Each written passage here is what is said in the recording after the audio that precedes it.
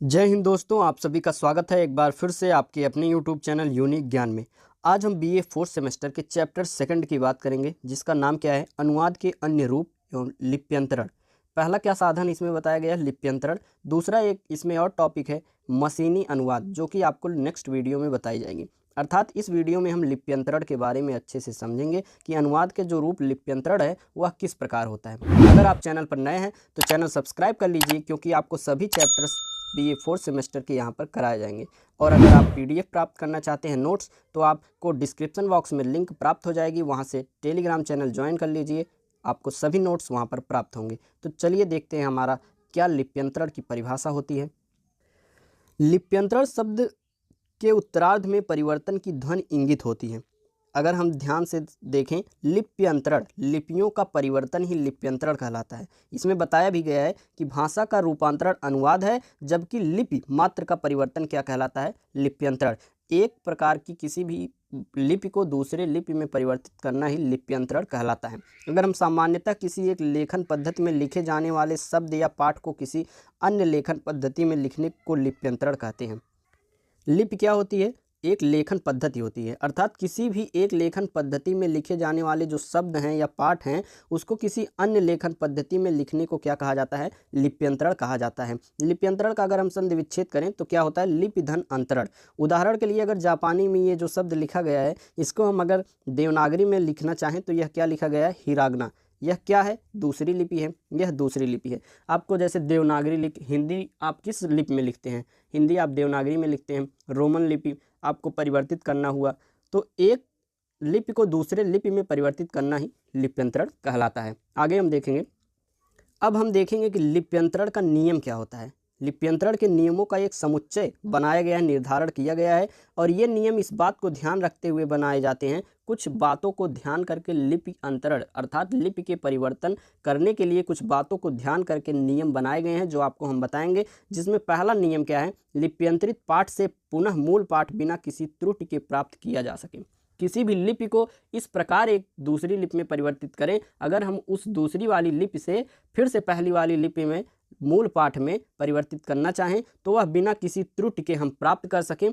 यह एक बहुत ही महत्वपूर्ण नियम है। यह अगर नहीं होगा, लिप्यंतरण आपका लिपि का परिवर्तन गलत माना जाएगा। दूसरा क्या नियम है, दूसरी क्या बात है, दूसरी यह है कि नियम सरल एवं सहज हो, ताकि साधारण व्यक्ति भी इन्हें याद करके इनका आसानी से व्यवहार कर सके। नियम इतना सरल होना चाहिए कि कोई आम आदमी भी हो, कोई साधारण व्यक्ति हो, उसको समझ सके और लिपि का अंतरण, लिपि का परिवर्तन कर सके। भाषा विज्ञान की दृष्टि से लिप्यंतरण दो लेखन पद्धतियों के मध्य एक प्रतिचित्रण है। दो जो लेखन पद्धतियां होती हैं, जो दो लिपियां होती हैं, उनके मध्य प्रतिचित्रण ही क्या होता है, लिप्यंतरण। जैसे आपको हम उदाहरण के तौर पर बताते हैं। उदाहरण है, मेरा नाम सुरेश है। अगर हम देवनागरी में है, यह मेरा नाम सुरेश है, यह देवनागरी लिपि में लिखा गया है। अगर हम इसको गुजराती में परिवर्तित करना चाहें तो यह क्या हो जाएगा, मारू नाम सुरेश छे, ये गुजराती हो जाएगा। और अगर हम IASI लिपि में परिवर्तित करना चाहें तो इसे मेरा नाम सुरेश है, इसको ऐसे लिखा जाएगा। तो ये आपको अंतर हमने बताया और दो नियम भी बताएं। आगे हम नियम देखेंगे। जो नियम हमने आपको बताए, आपको अच्छे से समझ में आना चाहिए। देखिए, जैसे पहला नियम हमने क्या बताया, जब किसी भी एक लिपि को दूसरी लिपि में परिवर्तित किया जाए तो ऐसा किया जाए कि जब हम उस दूसरी लिपि से फिर से पहले लिपि में परिवर्तित करना चाहें तो बिना भी किसी त्रुटि के वह लिप्यंतरित लिपि परिवर्तित हो जाए। यह बहुत ही महत्वपूर्ण नियम है जो कि हमने आपको बताया। दूसरा क्या था, इतना सरल होना चाहिए कि कोई साधारण व्यक्ति भी उसे आसानी से याद कर सके या समझ सके और फिर उसका प्रयोग कर सके। आगे हम देखेंगे लिप्यंतरण की आवश्यकता एवं उपयोग। कुछ प्रमुख उपयोग निम्न हैं। जो कुछ प्रमुख उपयोग हैं लिपि के अंतरण का, लिपि परिवर्तन का, वह निम्न है। कौन कौन से हैं, किसी प्राचीन एवं कालातीत लेखन पद्धति या लिपि में लिखी चीज को आधुनिक लिपि या अंतर्राष्ट्रीय ध्वन्यात्मक वर्णमाला में परिवर्तित करके उसे जीवांत बनाना। जैसे बहुत पुरानी सभ्यता, किसी प्राचीन सभ्यता की लिपि में लिखी गई हो, वह बात हमारी समझ में नहीं आएगी, लेकिन उसी बात को समझने के लिए जो लिपि परिवर्तित करने वाले कुछ ज्ञाता होते हैं, जो उनके ज्ञानी होते हैं, वह लिपि परिवर्तित करके हमारे सामान्य भाषा में हमको समझाने का प्रयत्न करते हैं, जो कि बहुत ही अच्छे से हमें समझ में आ जाता है। इसका पहला उपयोग क्या हो गया, जैसे कि हमें किसी प्राचीन सभ्यता की कोई लिपि मिली, लिपि में लिखी हुई चीज़ मिली, उसको परिवर्तित करके जब हम अपनी भाषा में देखेंगे तब हम उसको अच्छे से समझ पाएंगे। ये पहला उपयोग हुआ। दूसरा क्या है, आई ई IEPA या किसी अन्य वैज्ञानिक लिपि में लिखित चीज़ को किसी प्रचलित व्यवहारिक लिपि में परिवर्तन, इससे उसे आसानी से समझा जा सकता है। जैसे कि हम कोई हर एक लिपि हमारे लिए जानना मुश्किल हो जाता है।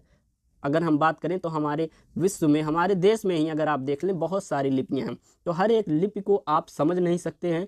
आप जो लिपि समझते हैं उसी में जब परिवर्तित करके आपको बताया जाएगा तब आप बहुत अच्छे से समझ सकेंगे। तो किसी भी अन्य लिपि को अपने व्यवहारिक लिपि में प्रचलित करके हम उसको आसानी से समझ सकते हैं। ये इसका लिप्यंतरण का प्रयोग। आगे हम देखेंगे। देखिए तीसरा प्रयोग क्या है, किसी व्यवहारिक लिपि में लिखी चीज़ को IEPA या किसी अन्य मानक वैज्ञानिक लिपि में परिवर्तन, इससे व्यक्ति उस शब्द का सही उच्चारण कर सके। अगर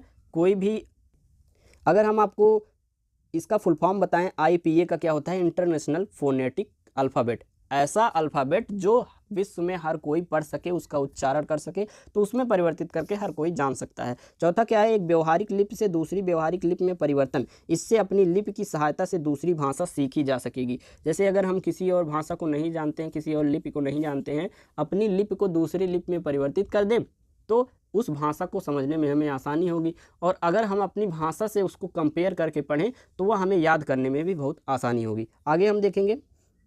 पांचवा हम देखेंगे उपयोग, किसी टंकण यंत्र या अभिकलित पर किसी लिपि में लिखने की सुविधा ना हो तो दूसरी लिपि में जिसमें यह सुविधा उपलब्ध का उपयोग किया जा सके। उदाहरण के लिए अगर हम देखें, मोबाइल फ़ोन पर देवनागरी में SMS की सुविधा उपलब्ध न होने पर हिंदी संदेश को हम रोमन में लिखकर भेजते हैं। इससे आपको क्या समझने को मिलता है, जब आपको फ़ोन में आप लिखते हैं कोई मैसेज, हिंदी टाइप करने में लगभग लोगों को बहुत परेशानी होती है।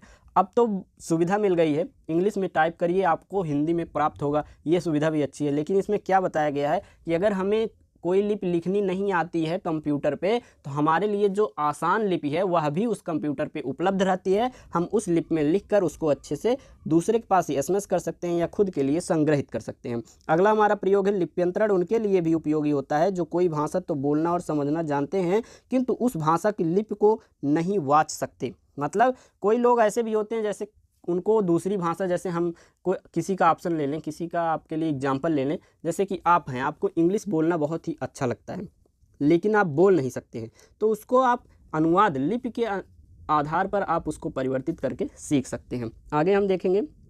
अगला उपयोग हमारा, कुछ भाषाएं कई लिपियों में लिखी जाती हैं। जैसे आपको हमने अभी एग्जाम्पल बताया, मेरा नाम सुरेश है, वह देवनागरी में लिखा था, वही फिर आपको इंग्लिश में लिखा दिखाई दिया जिसे रोमन लिपि कहते हैं। अब हम अगला उपयोग अपना देखेंगे, किसी एक भाषा में लिखते समय किसी दूसरे भाषा के शब्द का परिचय देने के लिए, किसी दूसरी भाषा के शब्द का परिचय देने के लिए हम एक भाषा में उसका प्रयोग कर सकते हैं। लिपि परिवर्तित करके आपको समझा सकते हैं या किसी को भी समझा सकते हैं या खुद समझ सकते हैं। अगला प्रयोग क्या है, कभी कभी साधारण कूट लेखन के लिए भी लिप्यंतरण का प्रयोग किया जाता है।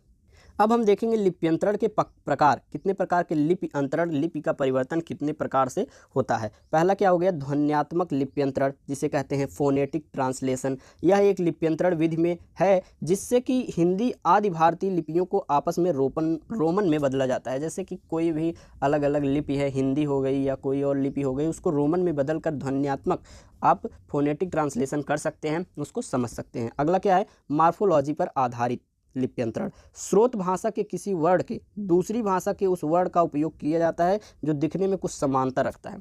जैसे कि जो हम भाषा सुनते हैं उसके किसी वर्ड को दूसरी किसी भाषा के वर्ड से उपयोग करते हैं जो कि समझने में हमें आसानी होती है, तो वह मार्फोलॉजी पर आधारित लिप्यंतरण कहलाता है। अगला हमारा क्या प्रकार है लिप्यंतरण का, तीसरा है मिश्रित। उपर्युक्त जो हमने दोनों विधियां बताई, मार्फोलॉजी और पहली फोनेटिक, दोनों जो लिप्यंतरण की विधियां हैं उन दोनों का मिश्रण करके जब किसी लिपि का अंतरण, लिपि का परिवर्तन किया जाता है तो वह मिश्रित लिप्यंतरण कहलाता है। अगला क्या है, कूटन कोडिंग। स्रोत भाषा के वर्डों के लिए भाषा के वर्ड यादृच्छाया रैंडमली अगर हम चुन लिए जो हमें पसंद हो, मतलब जो हमें समझ में आता हो, यह मशीन द्वारा लिखने पढ़ने में अधिक उपयुक्त होता है। जैसे कोई ऐसे भी शब्द होते हैं जो कंप्यूटर में, मशीन में समझा नहीं जा सकता है, उसको हम रैंडमली जो उसके समानार्थी शब्द होते हैं कोडिंग रखते हैं।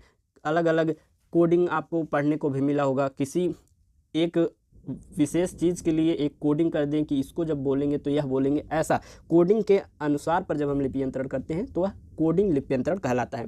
हमने आपको लिप्यंतरण बहुत ही अच्छे तरीके से पढ़ाया जो कि आपके चैप्टर 2 का एक टॉपिक है। अभी एक और टॉपिक है जो कि आपको नेक्स्ट वीडियो में मिलेगी। नेक्स्ट वीडियो पाने के लिए चैनल सब्सक्राइब कीजिए, क्योंकि आपको सभी वीडियोस आपके 4th सेमेस्टर के सभी चैप्टर्स यहाँ पर कराए जाएंगे। नोट्स प्राप्त करने के लिए डिस्क्रिप्शन बॉक्स में आपको लिंक मिल जाएगी।